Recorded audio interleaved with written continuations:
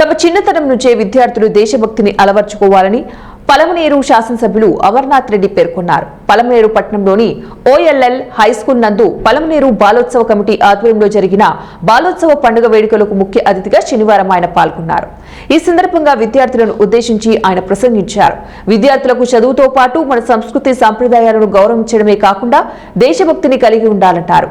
మంచి క్రమశిక్షణ నడవడికతో ఉత్తమ పౌరులుగా అందరూ రాణించాలని కోరారు. ఆ దిశగా ఉపాధ్యాయులు విద్యార్థులను తీర్చిదిద్దాలని సూచించారు.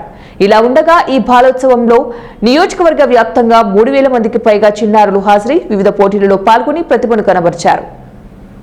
అమర్నాథ్ రెడ్డి గారికి అలాగే విచ్చేసిన నాయక బృందానికి అధికార బృందానికి అందరికీ కూడా నమస్కారం తెలియజేస్తూ ఈరోజు ఇంత పెద్ద ఎత్తున ఈ కార్యక్రమాన్ని నిర్వహించబడేటటువంటిది చాలా శ్రమతో 10-15 రోజులుగా నిద్రాహారాలు మానవుడి ఈ కార్యక్రమాన్ని ఈరోజు విజయవంతం చేశాం.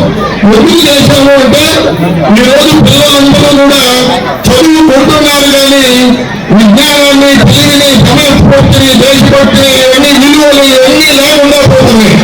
వీటన్నిటినీ కూడా పిల్లల్లో రేగించడానికి ఈ బాలోత్సవం అనేటటువంటి ఒక కార్యక్రమాన్ని రాష్ట్ర వ్యాప్తంగా అనేక చోట్ల చేస్తున్నారు. నవంబర్ 1 తేదీలో తిరుపతిలో కూడా 10,000 మంది పిల్లలతో చేసే వాళ్ళు బ్రహ్మాండంగా వాళ్ళు మమ్మల్ని కూడా ఆహ్వానిస్తుంటే ఏం చేస్తున్నారు. మరి ఈ చిన్న పట్టణంలో పలమనేరులో ఎందుకు చేయకూడదు అని చెప్పి 2022లో మేము చేసాం. 1200 పిల్లలతో ఈ సంవత్సరం 3000 మంది దాదాపుగా వచ్చారు. సాహితీవేత్త మరి తులసినారాయణ గారికి అదేవిధంగా చాలా మంది ఈరోజు బాలాజీ గారు ఉన్నారు.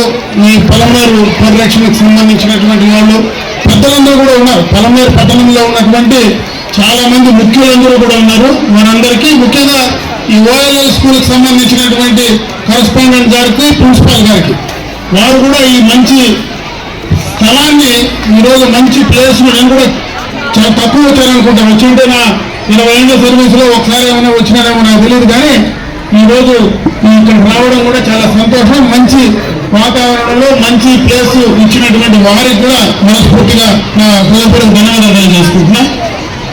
ఈరోజు ఈ కార్యక్రమం యొక్క ముఖ్య ఉద్దేశం ఇప్పుడే తులసినారాయణ గారు చెప్పారు. ఎందుకంటే